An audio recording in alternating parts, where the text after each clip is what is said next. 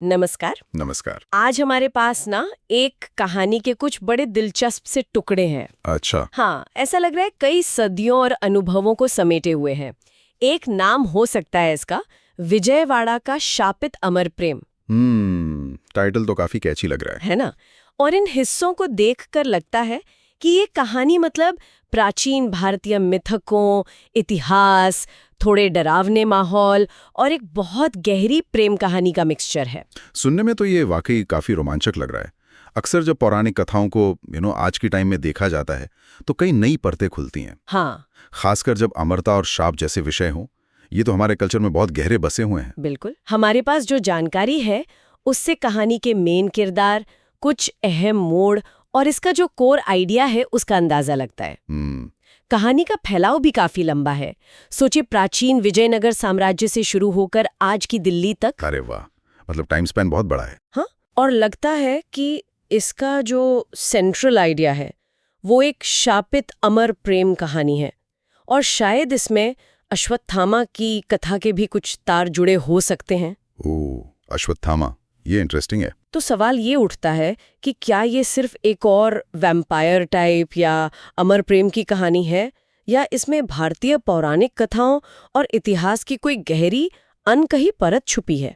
चलिए आज इसी पे थोड़ी बात करते हैं। आपने अश्वत्थामा का नाम लिया, ये वाकई दिलचस्प है, क्योंकि महाभारत में उन्हें वो चिरंजीवी होने का शाप मिला था। मतलब अमर तो थे, पर कष्ट और अकेलेपन के साथ। हाँ बिल्कुल। वो भटकते रहने को मजबूर थे। अगर कहानी इस एलिमेंट को सिर्फ अमरता से आगे ले जाकर उस शाप के दर्द और अकेलेपन से जोड़ती है ना, तो ये इसे एक बहुत गहरा मतलब दे सकती है। सही कहा। ये देखना वाकई रोचक होगा कि कहानी इस पौराणिक रेफरेंस को कैसे इस्तेमाल करती है। क्या ये बस नाम के लिए है या कहानी की फिलॉसफी का हिस्सा है? हाँ, ये एक अहम सवाल है। तो कहानी का पहला सिरा हमें मिलता है आज की दिल्ली में। अच्छा, यहाँ हम मिलते हैं आलोक से। किरदार आयुष्मान खुराना निभा रहे हैं।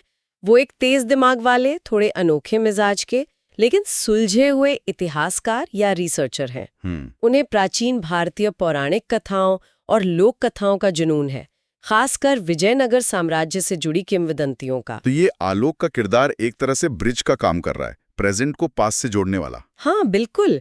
और वो खासतौर पर एक शापित अमर व्यक्ति की कहानी में डूबे हुए हैं, जिसके बारे में शक है कि वो अश्वत्थामा हो सकता है। तो मतलब आलोक का इंटरेस्ट कहानी को एक बेस देता है, उसे सिर्फ फैंटेसी होने से बचाता है। सही कहा।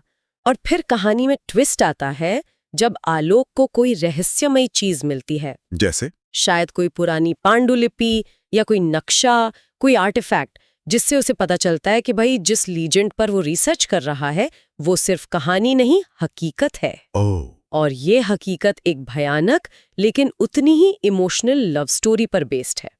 ये तो क्लासिक कॉल टू एडवेंचर वाला मोमेंट हो गया। मतलब एक अकादमिक खोज अचानक पर्सनल और खतरनाक बन जाती है। हाँ, ये देखना दिलचस्प होगा कि वो पांडुलिपि ये आर्टिफैक्ट है क्या आखिर, और वो उसे कैसे उस मिस्ट्री की तरफ ले जाता है। और वो रास्ता उसे ले जाता है एक मिस्टीरियस लड़की तक। नाम है तड़का। रश्मिका मंदाना है इस रोल में। अच्छा। देखने में बिल्कुल नॉर्मल, पर उसकी बातों में, उसकी आंखों में एक अजीब सी, मतलब सदियों पुरानी तड़प और उदासी दिखती है। उसे एक जगह प्रकाश की पहली किरण कहा गया है इस अंधेरी दुनिया में। लेकिन साथ ही ये हिंट भी है कि उसका एक खूनी रहस्य है। आहा, ये कॉन्ट्रास्ट ही तड़का के किरदार को इंटरेस्टिंग बना रहा है। प्रकाश की पहली किरण और खूनी रहस्य। बिल्कुल। अपोजिट। हाँ। तो क्या वो अच्छे और बुरे के बीच फंसी है, या उसका वो खूनी राज उसकी मर्जी के खिलाफ है, शायद उसके शाप का नतीजा हो सकता है। ये किरदार की कॉम्प्लेक्सिटी की तरफ इशारा करता है। वो सिर्फ एक बेचारी हीरोइन नहीं लगती, बहुत कुछ है उसमें। बिल्कुल। और जैसा होता है, आलोक फौरनी तड़का के इस यूनिकनेस और उसकी आंखों की उदासी की तरफ खिंच जाता है। उनके बीच एक मॉडर्न रोमांस शुरू होता है, लेकिन तड़का बहुत कॉशियस रहती है। अच्छा, किस तरह से? कभी कभी वो ऐसी फुर्ती या ताकत दिखाती है जो नॉर्मल नहीं लगती, और वो हमेशा धूप से बचती है या कुछ खास पुरानी जगहों से, शायद मंदिर या खंडा टाइप की जगहों से। ओह, ये सारे तो क्लासिक हिंट्स हैं। असामान्य शक्ति, धूप से बचना, पुरानी जगहों से कतराना। हाँ, मतलब साफ है कि वो नॉर्मल इंसान नहीं है। शायद उसी शापित लीजेंड का हिस्सा है जिसकी आलोक खोज कर रहा है। बिल्कुल। ये सस्पेंस बढ़ाते हैं क्या आलोक इन संकेतों को समझ पाएगा? यही तो सवाल है। और यही कहानी एक बड़ा नाटकीय मोड़ लेती है।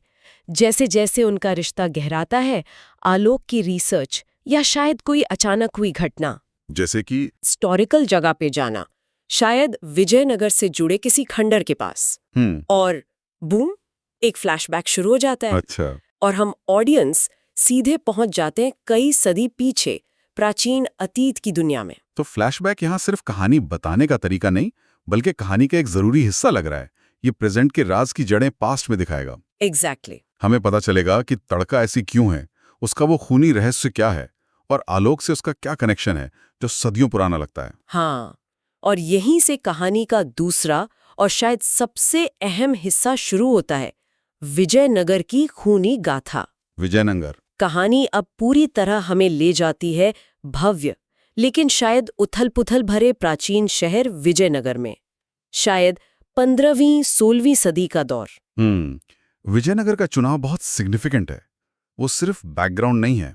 क्यों? अरे वो साम्राज्य अपनी कला, संस्कृति, पावर सबके लिए जाना जाता था, और साथ ही अपने पतन और विनाश की कहानियों के लिए भी। क्या कहानी इस इतिहास के किसी असली पहलू को यूज करेगी, ये देखना होगा। सही बात है।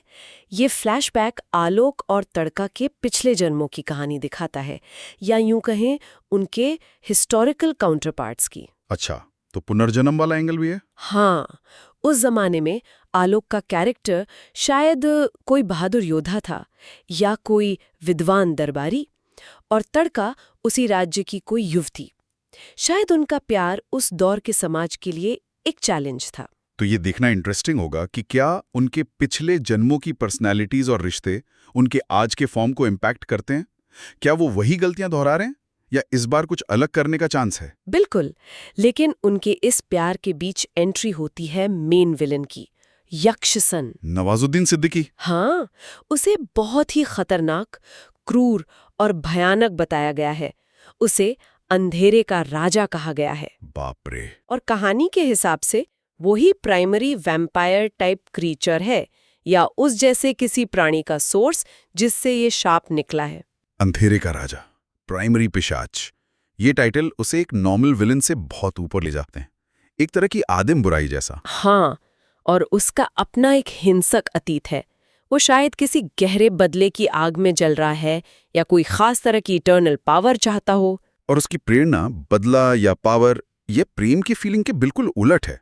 ये कॉन्फ्लिक्ट को सिर्फ गुड वर्सेस इविल नहीं, बल्कि creation versus destruction, love versus control की लड़ाई बनाता है। और दिलचस्प बात ये है कि कहानी में एक लव ट्रायंगल भी बनता है, लेकिन ट्रेडिशनल नहीं। यक्षसन तड़का पर या शायद आलोक के पिछले जन्म की प्रेमिका पर मोहित हो जाता है, पर उसका मकसद रोमांस नहीं है। तो फिर वो उसे हासिल करना चाहता है, एक चीज की तरह, अपनी पावर बढ़ाने के लिए, ये शायद आलोक के पूर्वज से बदला लेने के लिए। ये तो उस लव स्टोरी को और ज्यादा खतरनाक और दुखद बना देता है। ये सिर्फ दो प्रेमियों के बीच की बाधा नहीं, बल्कि एक शिकारी और शिकार का खेल है। सही। और फिर आता है वो मोमेंट जहां शाप की शुरुआत होती है। यक्षसन किसी तरह आलोक और तड़का के उन प्राचीन रूपों पर हमला करता है। कहानी के हिस्सों से लगता है कि या तो वो आलोक के पूर्वज को मार देता है और तड़का को अमरता का शाप देता है, या शायद दोनों को ही किसी तरह शापित कर देता है। और ये शाप कैसा है, मतलब क्या ये वेस्टर्न वैम्पायर जैसा है? नहीं, यही तो बात है। यहाँ जो पिशाचवाद या अमरता का कॉन्सेप्ट है, उसे पूरी तरह से इंडियन माइथोलॉजी के हिसाब से ढाला गया है। ये पॉइंट बहुत जरूरी है। कहानी अपनी अलग पहचान बना रही है। बिल्कुल, ये शाप किसी के काटने से फैली बीमारी जैसा नहीं है, बल्कि ये किसी प्राचीन सीक्रेट रिचुअल का नतीजा है, या किसी डिमोनिक शक्ति से की गई डील, या शायद किसी बड़ी नैतिक गलती या पाप का नतीजा। और यहीं फिर से अश्वत्थामा वाला कनेक्शन आ जाता है। हाँ, नैतिक पतन के कारण मिला अंतहीन जीवन का शाप। ये शाप ताड़का को एक पिशाच जैसा, या कहें कि एक शापित अमर प्राणी बना देता है, जो हमेशा के लिए दुनिया की नजरों से बचकर शायद रात के अंधेरे में जीने को मजबूर है। शाप की उत्पत्ति का ये भारतीकरण इसे एक गहरा फिलोसॉफिकल टच देता है। ये सिर्फ फिजिकल चेंज नहीं, बल्कि एक कार्मिक सजा है। सही। ये कहानी को डेस्टिनी, कर्मा और शायद मोक्ष की पॉसिबिलिटीज जैसे थीम से जुड़ता है। अश्वत्थामा का रेफरेंस यहाँ सिर्फ अमरता के लिए नहीं, बल्कि उस अमरता से जुड़े मॉरल बर्डन और पीड़ा के लिए जरूरी हो जाता है। और विजयनगर का वो फ्लैशबैक एक बहुत ही दुखद मोड़ पर खत्म होता है। कैसे? हाँ, आलोक का प्राचीन रूप या तो मारा जाता है या ताड़का से हमेशा के लिए बिछड़ जाता है, लेकिन ताड़का अमर रह जाती है और शायद किसी न किसी तरह यक्षसंघ के कंट्रोल में फंस जाती है। ओह, तो अतीत एक टूटे हुए अधूरे प्यार की दर्दनाक तस्वीर के साथ खत्म होता है, एक ऐसा वादा जो कभी पूरा नहीं हुआ, और यहीं से सदियों तक चलने वाले उस अधूरे, शायद वर्जित प्रेम की थीम सेट होती है जो आज तक चली आ रही है। ये ट्रैजिक एंड प्रेजेंट कहानी के इमोशनल वेट को सेट करता है। ताड़का की आज की उदासी, उसकी सावधानी, उसका खूनी रहस्य, ये सब उस पास्ट की वजह से है। हाँ, उसका अमर होना यहाँ कोई वरदान नहीं बल्कि एक अनथीन सजा जैसा लगता है। और यक्षन से उसका बंधा होना, क्या वो आज भी उसके कंट्रोल में है? ये एक बड़ा सवाल है। सदियों पुराने अधूरे प्यार का ये आइडिया कहानी को एपिक फील देता है। ये सिर्फ दो लोगों की कहानी नहीं, बल्कि टाइम के पार जाती हुई एक ट्रेजेडी और शायद मुक्ति की तलाश है। सही कहा। और इसी इमोशनल बोझ के साथ कहानी वापस आज की दिल्ली लौटती है। अच्छा। लेकिन अब सिचुएशन कहीं ज्यादा सीरियस और खतरनाक है। पता चलता है कि वो प्राचीन पिशाच यक्षसन भी किसी तरह प्रेजेंट में जाग गया है, या उसने ताड़का को ढूंढ लिया है। ओहो, तो अब टकराव तय है। हाँ, और अब वो अपने सदियों पुराने मकसद को पूरा करना चाहता है, जो अब सीधे आज के आलोक और ताड़का से जुड़ा है। वो आलोक को शायद अपने पुराने दुश्मन के रीइंकार्नेशन के तौर पर देखता है, एक रुकावट जिसे उसे हटाना ही होगा। तो पास्ट का विलन प्रेजेंट में लौट आया है। अभी सिर्फ अतीत को समझने की बात नहीं, बल्कि प्रेजेंट को बचाने की लड़ाई है। बिल्कुल। तो अब आलोक और ताड़का को टाइम के अगेंस्ट रेस लगानी होगी। अकेले नहीं, कहानी के अंशों में जिक्र है कि इस सफर में उनकी मदद के लिए कुछ सपोर्टिंग कैरेक्टर्स भी हैं। जैसे परेश रावल का एक किरदार है, राम बजाज गोयल। परेश रावल, तो शायद कुछ ह्यूमर भी होगा। हाँ, शायद कहानी के सीरियस माहौल में कुछ कॉमिक रिलीफ या ग्राउंडेडनेस लाने के लिए। और ये भी हिंट है कि शायद मैडॉक यूनिवर्स, अगर ये उसी का पार्ट है, कि कुछ और चेहरे भी दिख सकते हैं। सपोर्टिंग कास्ट जरूरी होती है। वो मेन कैरेक्टर्स को हेल्प कर सकते हैं, कहानी को आगे बढ़ा सकते हैं। और हाँ, राम बजाज गोयल जैसा किरदार शायद टेंशन कम करने में मदद करे। हाँ, बस ये देखना होगा कि ये किरदार सिर्फ कॉमिक रिलीफ हैं या उनका रहस्य सुलझाने में भी कोई इंपॉर्टेंट रोल है। और यहीं कहानी का एक और इंटरेस्टिंग पहलू सामने आता है। आलोक और ताड़का को एहसास होता है कि यक्षसन जैसे पावरफुल दुश्मन को हराने का तरीका शायद सुपरनैचुरल शक्तियों के शो ऑफ में नहीं है। तो फिर किस में है? बल्कि उसकी चाबी विजयनगर के उसी लेजेंड के किसी खास भूले बिसरे डिटेल में छिपी है। वाह, ये बढ़िया ट्विस्ट है। ये यक्षसन की कोई पुरानी कमजोरी हो सकती है, कोई खास मंत्र या कोई खोई हुई माइथोलॉजिकल चीज, जैसे अश्वत्थामा की कहानियों में अक्सर एक मणि का जिक्र आता है। हाँ, मणि। क्या वैसी ही कोई चीज यहाँ इंपॉर्टेंट हो सकती है? ये बहुत ही आकर्षक मोड़ है। सॉल्यूशन ब्रूट फोर्स में नहीं, बल्कि नॉलेज, हिस्ट्री और मिथकों की गहरी समझ में छिपा है। बिल्कुल। ये कहानी को सिर्फ एक फैंटेसी एक्शन फिल्म बनने से रोकता है और इसे एक मिस्ट्री, एक पजल जैसा बना देता है। अतीत की भूल भुलैया में ही फ्यूचर की चाबी है। सही। और अश्वत्थामा की मणि का रेफरेंस ये फिर से उस माइथोलॉजिकल कनेक्शन को मजबूत करता है। मणि अक्सर पावर, नॉलेज या अमरता का सिंबल होती है। शायद यहाँ उसका इस्तेमाल शाप को तोड़ने या यक्षन की पावर को काउंटर करने के लिए होगा। तो ये है अब तक मिले अंशों के आधार पर विजयवाड़ा का शापित अमर प्रेम कहानी का एक मोटा मोटा खाका। एक ऐसा सफर जो सदियों में फैला है। शापित प्रेम इंडियन माइथोलॉजी का एक नया, शायद डरावना रूप, और जहां प्राचीन बुराई का सामना आज के समय की उम्मीद और प्यार से होता है। हाँ, इसमें हिस्ट्री, रोमांस, हॉरर, मिस्ट्री सबका जबरदस्त मिक्सचर लग रहा है। बिल्कुल। और ये कहानी कई गहरे सवाल भी उठाती है, जैसे अमरता का आइडिया ही ले लो। क्या ये वाकई वरदान है या जैसा ताड़का के केस में लग रहा है एक भयानक अभिशाप? हाँ, सदियों का दुख, अकेलापन, शायद गिल्ट भी। क्या ऐसा जीवन जीने लायक है? ये डर, रोमांस और माइथोलॉजी का मिक्सचर हमें शायद ह्यूमन स्टोरीज की परमानेंट नेचर के बारे में बताता है। मतलब ये कि लव और लॉस, पावर और हेल्पलेसनेस, बंधन और मुक्ति, ये कहानियां टाइम और कल्चर से परे हैं।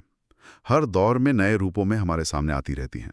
और ये भी सोचने वाली बात है कि यक्षसन जैसे विलन क्या सिर्फ बाहरी बुराई है या वो हमारे अंदर के किसी डर या लालच को भी दिखाते हैं? हाँ, ये भी एक एंगल है। और तड़का का किरदार, वो शायद हमें मुश्किल हालात में भी उम्मीद बनाए रखने के बारे में कुछ सिखा सकता है। बिल्कुल। और ये कहानी इस बात पर भी सोचने को मजबूर करती है कि पास्ट का हम पर कितना असर होता है। क्या हम पिछले जन्मों के कर्मों या शापों से बंधे हैं? क्या आलोक और तड़का का प्यार सिर्फ पास्ट का रिपीट टेलीकास्ट है, या उनके पास इस बार कुछ नया बनाने की पावर है? ये डेस्टिनी वर्सेस फ्री विल वाला पुराना सवाल भी है। बिल्कुल।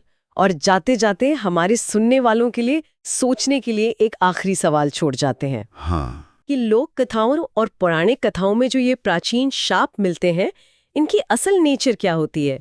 क्या ये सिर्फ डराने वाली कहानियां हैं या इनमें कोई गहरा नैतिक सबक छिपा होता है? क्या पास्ट के जीवन या प्यार का बोझ ढोना हमेशा दुखदाई ही होता है या उसमें कोई छिपी हुई ताकत भी हो सकती है? और सबसे बढ़कर, हाँ, ऐसे सदियों पुराने गहरी जड़ें जमा चुके शाप को तोड़ने की या उससे मुक्त होने की असली कीमत क्या हो सकती है? जान की बाजी, किसी और का बलिदान, या शायद खुद को पूरी तरह बदल देना? ये कुछ ऐसे सवाल हैं जिनके जवाब शायद पूरी कहानी सामने आने पर ही मिलेंगे। बिल्कुल। देखते हैं ये कहानी हमें कहाँ ली जाती है।